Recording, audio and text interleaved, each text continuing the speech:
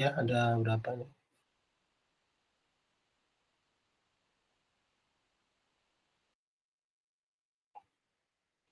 Ada 38. Baik, bismillahirrahmanirrahim. Assalamualaikum warahmatullahi wabarakatuh. Salam sehat, selamat pagi, salam sejahtera bagi kita semua. Kembali lagi kita bertemu untuk melaksanakan perkuliahan logik, filsafat, dan ilmu logika terkait dengan materi pertemuan kelima kita ya, Wahyu. Halo, Wahyu. Kita pertemuan kelima ya tentang penalaran Keempat, ya? Pak. Keempat. Masih keempat ya, saya pikir kelima. Karena Iya, di kelas ya. fakultas apa kemarin itu kesehatan apa kedokteran itu kelima. Sebentar. Keempat berarti bicara tentang teori kebenaran ya. Bukannya sudah teori kebenaran hari Minggu kemarin? Belum, Pak. Kita baru masuk teori kebenaran, Pak. Oh, kemarin itu yang hari Minggu kita bicara tentang sumber pengetahuan ya. Iya, Pak. Oke. Oke. Oke, nggak apa-apa. Berarti kita bicara tentang teori kebenaran. Bentar. Saya pikir sudah kelima, saya siapkan kelima. Kita selisih satu ya. Bentar. Ya. Baik. Bicara teori kebenaran itu sepertinya ketika kita bicara koherensi, korespondensi, pragmatis, dan konsensus, bukannya Wahyu sudah sudah kita jelaskan itu di minggu yang lalu? Sepertinya belum, Pak. Kita kemarin ya bicara soal sumber ilmu, apa dari iman, hati, sebagainya. Belum ada tentang teori kebenaran, Pak. Sumber pengetahuan, sebentar saya cek yang pertemuan sumber pengetahuan ya kemarin ya. Bicara tentang sumber pengetahuan itu sudah baca. Oke, kemarin itu pengetahuan, sisi statis, dinamis gitu ya. Betul, Pak. Baik, kalau gitu saya tadi menyiapkan yang penalaran dan realisme. Saya coba.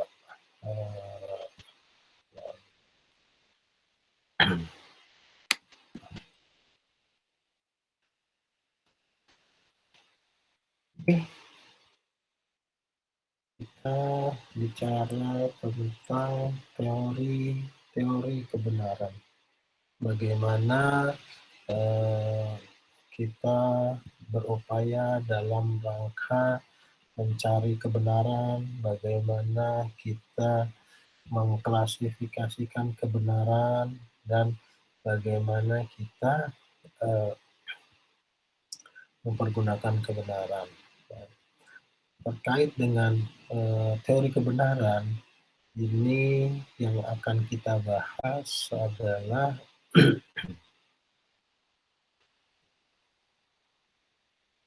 terlihat ya, sudah terlihat ya, tentang koherensi. Apa itu teori kebenaran koherensi? Sudah terlihat ya slide? Sudah, Pak.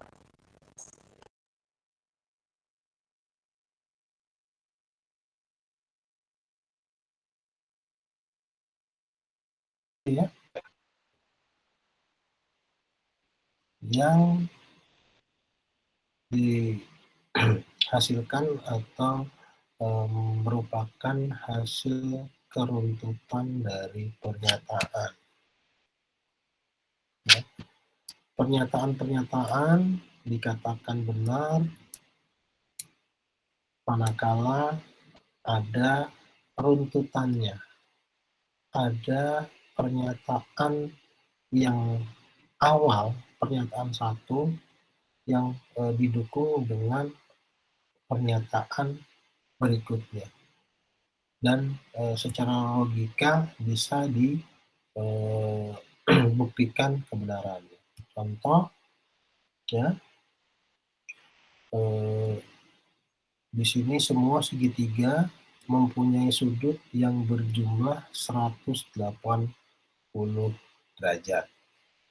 Itu merupakan fakta kebenaran yang pertama. Ya. Kemudian dikatakan bahwa penggaris ini berbentuk segitiga. Maka teori koherensi peruntutan kebenarannya adalah jumlah sudut penggaris ini 180 derajat.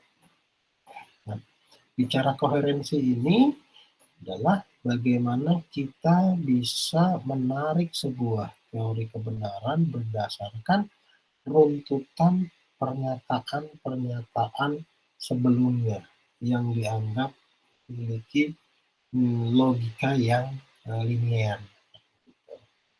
Misalkan contoh yang kedua, semua manusia membutuhkan air. Rudy seorang manusia. Maka dari kedua pernyataan tersebut dapat diambil kesimpulan kebenarannya menjadi Rudy membutuhkan air. Ya, contoh yang lain misalkan semua ikan pandai berenang. Gitu. Kemudian premis yang kedua, putri duyung adalah ikan. Jadi dapat diambil teori koherensi kebenarannya bahwa putri duyung itu pandai berenang. Ya, itu yang pertama ketika bicara tentang teori koherensi. Kemudian teori kebenaran yang kedua itu teori korespondensi. Teori korespondensi, di mana teori korespondensi ini adalah kebenaran yang didapat ya, dari kesesuaian antara pernyataan dengan kenyataan. Jadi korespondensi itu menyesuaikan antara kenyataan dengan pernyataan. Suatu pernyataan dikatakan benar apabila ada bukti empiris yang mendukungnya. Gitu. Misalkan di sini Serang adalah ibu kota Provinsi Banten. Betul, kita tahu dan kita bisa membuktikan secara empiris bahwa ibu kota Provinsi Banten adalah Serang. Kemudian semua besi bila dipanaskan akan memuai. Itu menjadi teori kebenaran korespondensi manakala kita membuktikan secara empiris bahwa memang benar besi itu manakala dipanaskan akan memuai. Kemudian Jakarta adalah ibu kota negara. Itu juga bisa dibuktikan secara empiris dan seterusnya. Misalkan air manakala dipanaskan akan menguap. Benda cair yang dipanaskan akan menguap. Itu akan menjadi sebuah teori kebenaran korespondensi manakala kita buktikan secara empiris, ya, secara pengalaman, baik dengan panca indera maupun dengan bantuan alat yang lainnya. Kemudian yang ketiga kita bicara tentang teori pragmatis. Ya. Teori ini adalah suatu pernyataan atau pemikiran dikatakan benar apabila dapat mendatangkan manfaat atau kegunaan pada banyak orang. Ya, pragmatis. Ya. Jadi manakala mendatangkan manfaat baru dikatakan benar. Contohnya apa? Gitu. Ada contohnya sebuah kebenaran yang dikatakan benar manakala itu mendatangkan manfaat atau kegunaan pada banyak orang. Ada yang bisa memberikan tanggapan? Ya, misalnya kita bicara tentang nilai-nilai konsep Pancasila. Itu kebenaran pragmatis. Karena apa? Konsep pandangan, dan pikiran tentang Pancasila dari mulai sila pertama sampai sila kelima itu dianggap mendatangkan manfaat atau kegunaan pada banyak orang. Apalagi selain Pancasila, teori pragmatis, hal yang lebih penting adalah pernyataan itu dapat dilaksanakan, ditindaklanjuti dalam perbuatan yang bermanfaat. Apalagi berupa slogan-slogan, berupa ajakan, misalkan damai itu indah. Kita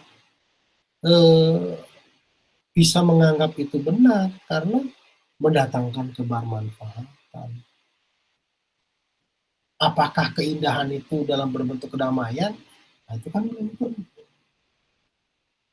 Tapi manakala mendatangkan manfaat dan kegunaan pada orang banyak, maka nilai kebenaran dari slogan damai itu indah dikatakan sebagai nilai kebenaran yang bersifat pragmatis. Misalkan bersifat moto, bersifat slogan, bersifat ajakan. Itu yang dikatakan kebenaran pragmatis. Misalkan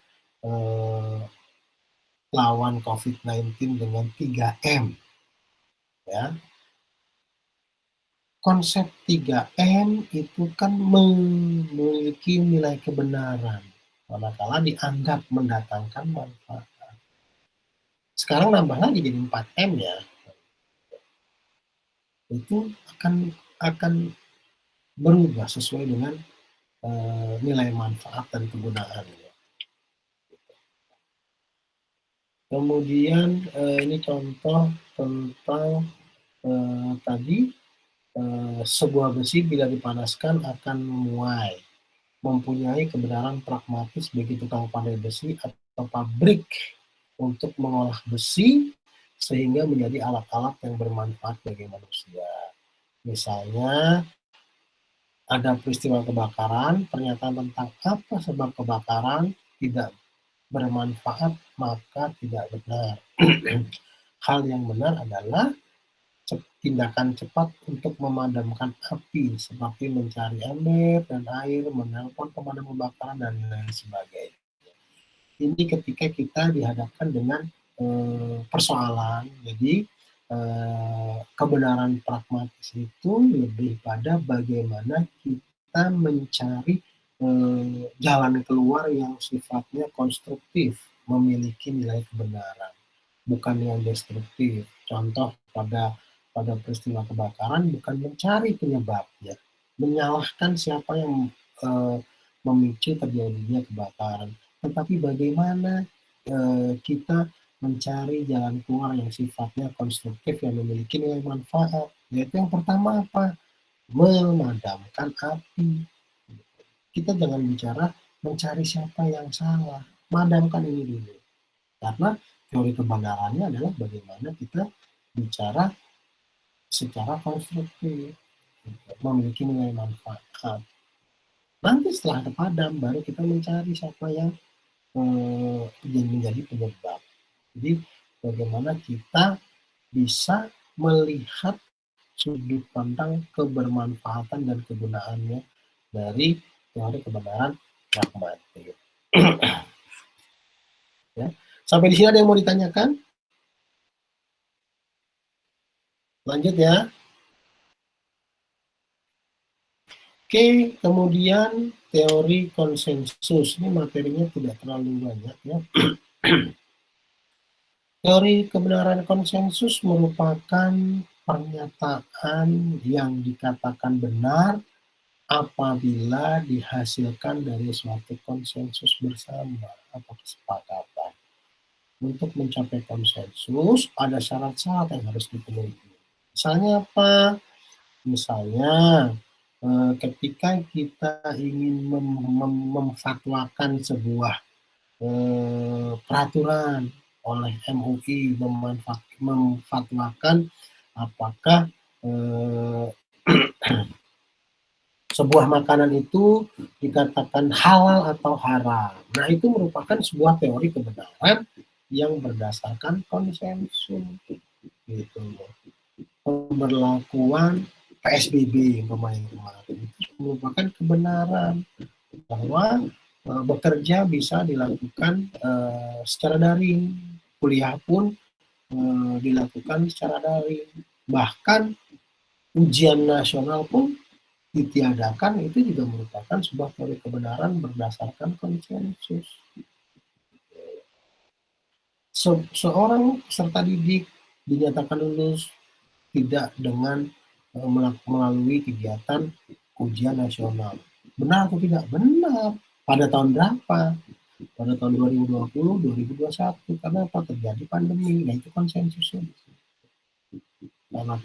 Sekarang misalkan ada konsensus ketika Kemendikbud memberlakukan Merdeka Belajar dan Kampus Merdeka (MBKB) kan, sehingga melahirkan sebuah kegiatan pembelajaran yang tidak dilakukan secara tatap muka di kampus, tetapi juga bisa dilakukan di luar, bisa dilakukan program magang. Itu merupakan sebuah kebenaran. Pada di tahun 2020, sebagian besar mahasiswa melakukan perkuliahan secara daring. Sebagian besar mahasiswa melakukan program magang. Nah, itu sebuah kebenaran. Kebenaran itu tidak akan berlaku manakala kita terapkan pada tahun 2015. Karena konsensusnya belum ada. Ini berupa misalkan kebijakan dan lain sebagainya. Di sini dikatakan bahwa konsensus harus memenuhi syarat. Ada keterpahaman, hal yang dibicarakan dapat dipahami, dikursuskan dalam wacana, ada dialog antar ide. Jadi berbicara menciptakan konsensus tidak serta-merta ini sebuah konsensus yang dihasilkan, tapi melalui beberapa proses-proses syarat-syarat yang harus dipenuhi. Nah, ini contoh, misalkan kesepakatan tentang pendiri negara, tentang dasar negara, ini konsensus juga. Gitu. Bahwa kita sepakat yang menjadikan dasar negara kita adalah Pancasila, kebenaran konsensus. Kan begitu. Bisa dikatakan juga pragmatis tadi. Kalau dilihat dari tujuannya. Kemudian anggota MPR untuk mengubah dan mengamandemen undang-undang, itu juga contoh teori kebenaran konsensus. Kesepakatan komunitas ilmiah kan begitu dalam menetapkan paradigma dan metode ilmiah bidang ilmu masing-masing. Nah, itu dikatakan teori kebenaran secara konsensus ya. Baik, sampai di sini ada pertanyaan terkait dengan materi. Materi ini cukup singkat, gitu, tapi insya Allah kita juga bisa dengan jelas, padat, dan memahami konsep-konsep dari teori kebenaran. Sampai di sini ada yang ingin ditanyakan atau ingin disampaikan? Izin bertanya ya Pak. On-cam ya. Kita Pak. Ya, yang lainnya juga minta on-cam. Ya, silakan Wahyu. Tadi kan ada 4 yang dijelaskan bahwa kebenaran itu ada koherensi, korespondensi, pragmatis, dan konsensus. Nah, apabila kita bicara kebenaran agama atau bicara kebenaran tentang kepercayaan terhadap Tuhan, itu masuknya ke kategori mana ya Pak? Soalnya saya pernah dengar tentang kebenaran metafisik itu tuh kayak gimana tuh Pak? Ya, bicara kebenaran tentang ketuhanan itu kemarin juga kita sudah bahas ya terkait dengan sumber-sumber kebenaran kan gitu. Dari mulai kebenaran yang sifatnya common sense, kebenaran umum, sampai pada kebenaran yang sifatnya kebenaran keyakinan. Nah, kemarin juga sudah disampaikan bahwa bicara tentang keagamaan atau religi ini domainnya domain keyakinan. Nah, bicara keyakinan, contoh kita di lapangan, belum tentu setiap orang memiliki keyakinan yang sama, walaupun dihadapkan dengan objek yang sama. Maka kebenaran dalam sifatnya keyakinan itu adalah di luar dari 3 dari 4 teori kebenaran ini. Dia sifatnya keyakinan. Kalau keyakinan itu, yang namanya keyakinan tidak bisa 100% diterima dengan keempat teori ini. Keyakinan itu nanti di pertemuan berikutnya kita bicara penalaran, karena keyakinan ini bisa kebenaran ini bisa hadir karena penalaran, tapi keyakinan belum tentu dengan penalaran. Dan keagama itu bicara keyakinan. Contoh, seperti yang di Muslim ya, kemarin kita baru saja memperingati Isra Mi'raj, kan gitu kan?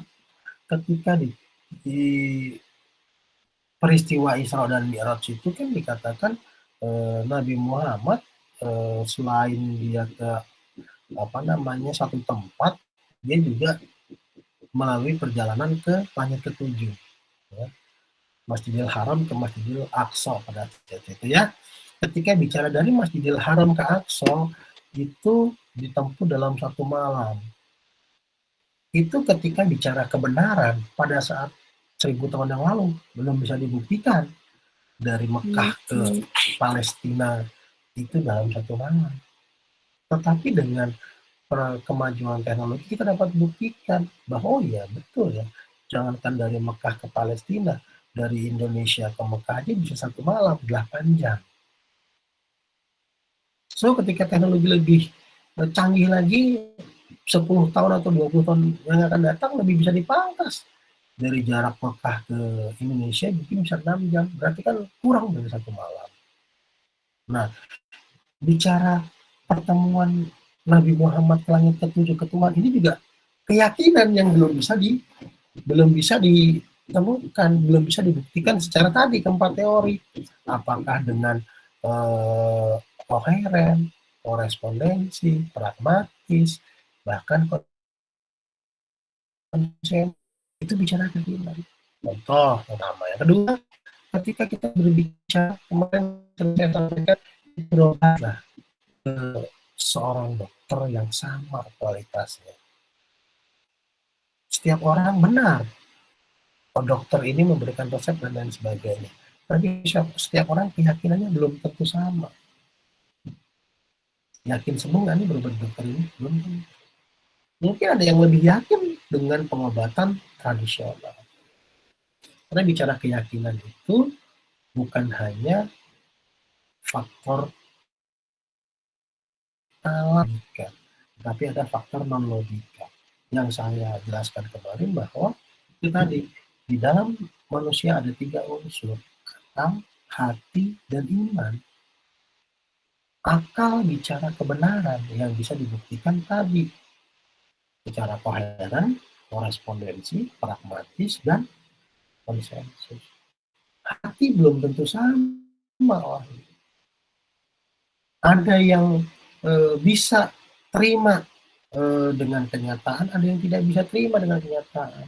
Contoh, misalkan sering disakiti, sering diselingkuhi, tapi masih tetap sayang.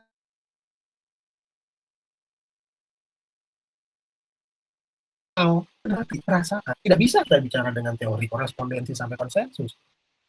Ada ya yang seperti itu, sering disakiti, sering dibohongi, tapi masih tetap sayang ya.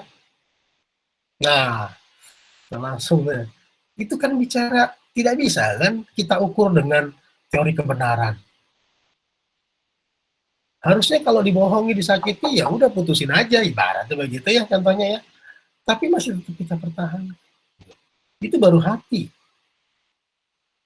perasaan. Perasaan belum tentu menunjukkan kebenaran. Itu contoh, itu nggak ada di kelas ini, nggak ada yang seperti itu. Di kelas ini mah luar biasa lah, gitu ya.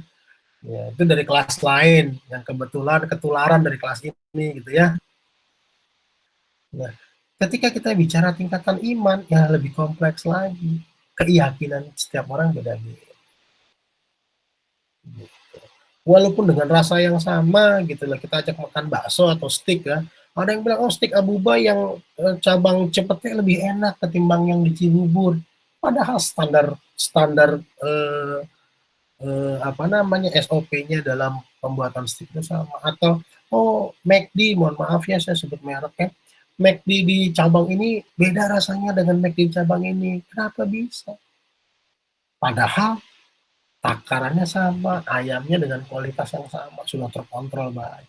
Kita bicara apa tadi? Hati, dan keyakinan. Gitu. Jadi bicara agama, bicara keyakinan, semua tadi buktikan dengan kebenaran. Gitu. Ya, baik Wahyu, yang lain? Ini jatuh. Ya, Terima kasih Bapak atas tanggapannya. ya, baik, yang lain ada? Halo? Kalau tidak ada, materi kita bicara tentang teori kebenaran sudah sampai di sini, maka ya kita akhiri perkuliahan ini kalau tidak ada lagi yang bisa kita diskusikan. Adinda mungkin yang lain? Tidak cukup? Halo? Cukup Wahyu? Gini Pak, tadi teman saya Pak mengeluarkan statement bahwa kebenaran itu sifatnya abu-abu. Kira-kira pernyataan yang bisa menyanggah atau mendukung pernyataan itu apa ya Pak? Oh, kebenaran itu abu-abu gitu. Apa benar apa gimana? Bicara kebenaran itu kan relatif. Ya, di pertemuan pertama kita sudah bahas sebetulnya ketika bicara kebenaran. Contoh, ya, saya menganggap suatu hal itu, contoh gini ya, tadilah kita bicara makanan lah. Saya menganggap, katakanlah, bicara, oh Abuba yang ada di Cepete itu enak. Menurut saya benar. Saya sampaikan ke Wahyu. Yuk, Abuba itu ada beberapa cabang, jangan Abuba dah. McD itu ada beberapa cabang gitu. Yang paling enak McD itu di Kemang ternyata.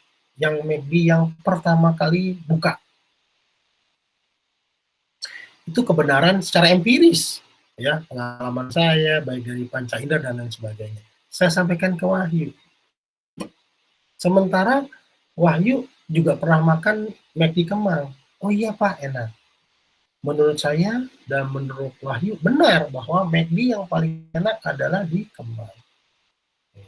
Tapi menurut teman-teman yang lain, misalkan menurut Tarisa atau menurut Rafli yang lainnya belum tentu benar. Ketika kebenaran itu sudah kita bisa meyakinkan dan saya mengajak Tarisa, saya mengajak Rafli, itu ternyata bisa terungkap bahwa memang benar McD yang paling enak adalah McD yang pertama kali cabang pertama di Kemang. Apakah benar menurut semua kelas, anggota kelas? Tidak.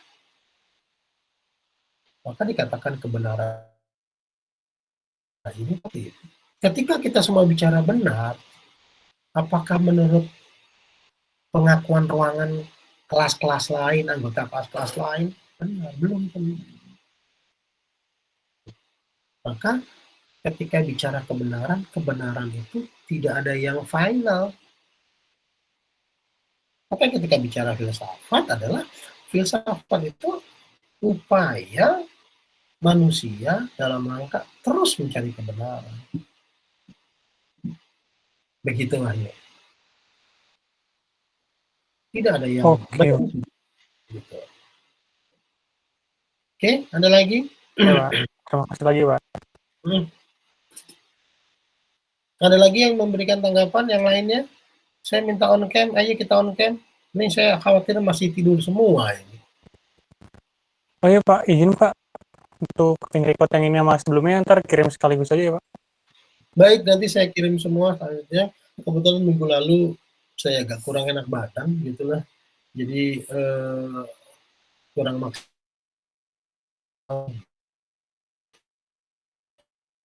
Baik, ada lagi? Cukup ya pertemuan kita. Link absen Pak yang di e-learning diupdate lagi nggak Pak? Apa gimana Pak? Nanti saya update semuanya. Ini Oke, proses saya download, kemudian nanti saya coba taruh di YouTube. Karena kalau saya bagikan link itu lama sekali tuh loadingnya. Mungkin ini ya yang bisa kita diskusikan pada pagi ini. Kita lanjutkan minggu depan. Minggu depan kita kalau tidak salah kita baru bicara penalaran ya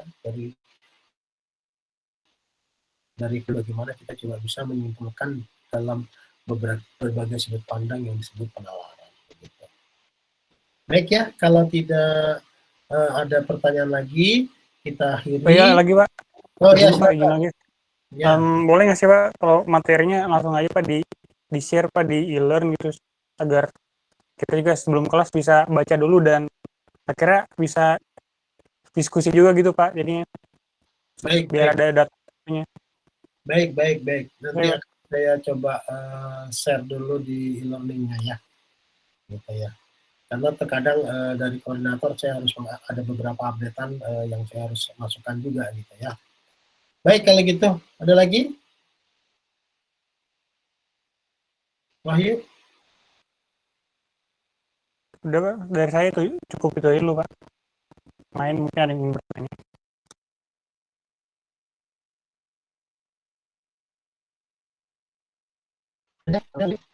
Atau Hana? Ya. Baik, kalau